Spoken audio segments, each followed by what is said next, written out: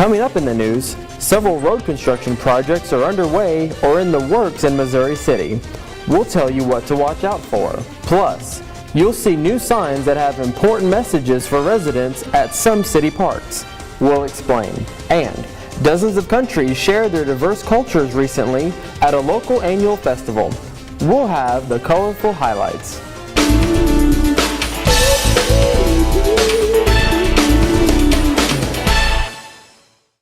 Hello and thank you for watching In the News. I'm Bobby Bracken. We begin this newscast with an update on fees at the Quail Valley Golf Course. The new fees for both the La Quinta and El Dorado courses will take effect in two stages, November 1st and December 1st. We decided to change the fees primarily because we wanted to create a bigger difference between the weekday rates and the weekend rates. Our weekend rates are very competitive. However, our weekday rates were a little bit higher than we really thought they should be. So we decided to lower those down to make it more affordable for players to come out during the week and provide them an advantage for coming out during those days. Also, with the annual passes, what we did is we created a weekday and also an unlimited package, so it gives people the advantage of those who don't want to play on the weekends a better rate to come play during the week. And we also created a senior package for those who have time to play during the week as well. It saves them even more money. For a full list of the new fees, you can log on to golfquailvalley.com. And now the council wrap-up. It's a recap of some significant actions taken at city council meetings. And here's Andrea Guy with that report. We bring you highlights from the October 18th meeting from here in our city's thriving thoroughfare, State Highway 6. An update on capital improvement projects, including those along this busy roadway, tops our report. Traveling around the city, you'll see intersection improvements being made at Murphy Road at Lexington Boulevard, Murphy Road at Cartwright Road, Highway 6 at Glen Lakes, and Highway 6 at Murphy Road. The work involves traffic signal upgrades and additional turning lanes. It's scheduled to be complete in November. The installation of raised medians here on Highway 6 is also a top priority. Work on this project will begin early in 2011. The work includes raised medians, some interchange improvements, and a traffic signal at Trammell Fresno Lakeshore Harbor Drive. Most of the project is funded through federal stimulus dollars. South Gessner Road is being reconstructed from Beltway 8 to Cravens Road. The project is scheduled to be completed in July 2011. The city and Fort Bend and Harris counties all shared in the $4.1 million cost. The transformation of Texas Parkway will take place in two phases. Phase 1 is now underway. The overall project includes the addition of sidewalks, drainage improvements, and landscaping. Completion is expected in May 2011. That project is funded by the Tax Increment Reinvestment Zone Number 1. All motorists will soon be in sync thanks to the Intelligent Transportation System. It will enable all 52 traffic signals in the city to talk to each other to adapt to traffic patterns during different times of the day and different days of the week. Also on the horizon is a new community center and pro shop. The new facility will replace the existing Quail Valley Golf Course Clubhouse. Construction is expected to start in June 2011. The city will also build a new tennis and recreation center. A design concept for the facility is nearing completion, with construction targeted to begin in June 2011. In other news, members also approved a reduced 25-mile-per-hour speed limit along Gessner Road during construction in that area, and Council gave final approval to an ordinance that would prohibit daycare centers in business developments or in shopping centers. Current daycare centers in those locations would not be affected. And that's your council wrap-up.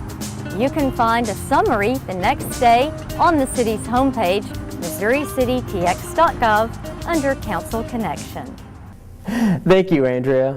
If you've noticed some new signs in city parks, they're part of a campaign to educate the public about work areas and to reduce vandalism. The informational postings say, "Please excuse our mess. Missouri City staff are working hard to care for safe and healthy trees in the park, and a new forest is growing here. Please be gentle with these young trees." The temporary signs will be removed when the work is completed. Missouri City's municipal television station has been recognized this year by 3 national and statewide organizations for excellence in programming, including 1 first-place honor. Missouri City won its first national award from the National Association of Telecommunications Officers and Advisors by placing 3rd for excellence in government programming. 2 statewide organizations also bestowed honors on Missouri City TV. The Texas Association of Municipal Information Officers awarded Missouri City Television first place for the station's video text bulletin board for the 2nd year in a row. The public service announcement Mulch Madness earned a 2nd place honor. The Texas Association of Telecommunications Officers and Advisors honored Missouri City TV with 2 third-place trophies. 1 for overall excellence in government programming, and the video Season of Joy won honors in programming that had the biggest impact on a community. Viewers can watch the station on Channel 16 on Comcast and Channel 99 on AT&T UVerse. Station videos can also be viewed online at MissouriCityTX.gov.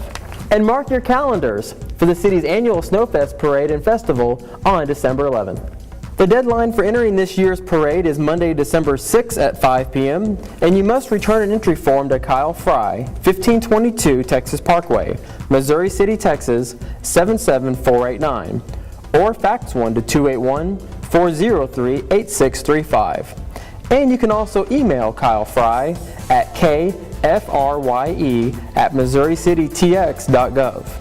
The registration forms can be picked up at the Community Center, 1522 Texas Parkway, or downloaded from the city's website, MissouriCityTX.gov.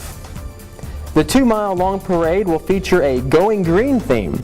Cartwright Road will be closed at 8 a.m. for the parade. Following the parade, a family festival begins at 11 a.m. at Community Park, 1700 Glen Lakes.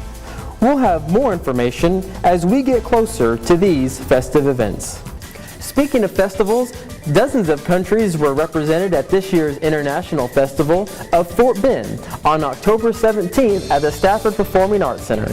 The theme was sports, and there were great athletics on display with cricket and rugby matches, skateboarding, and an exhibition soccer match. The event also featured cultural performances and a variety of tasty food from around the world.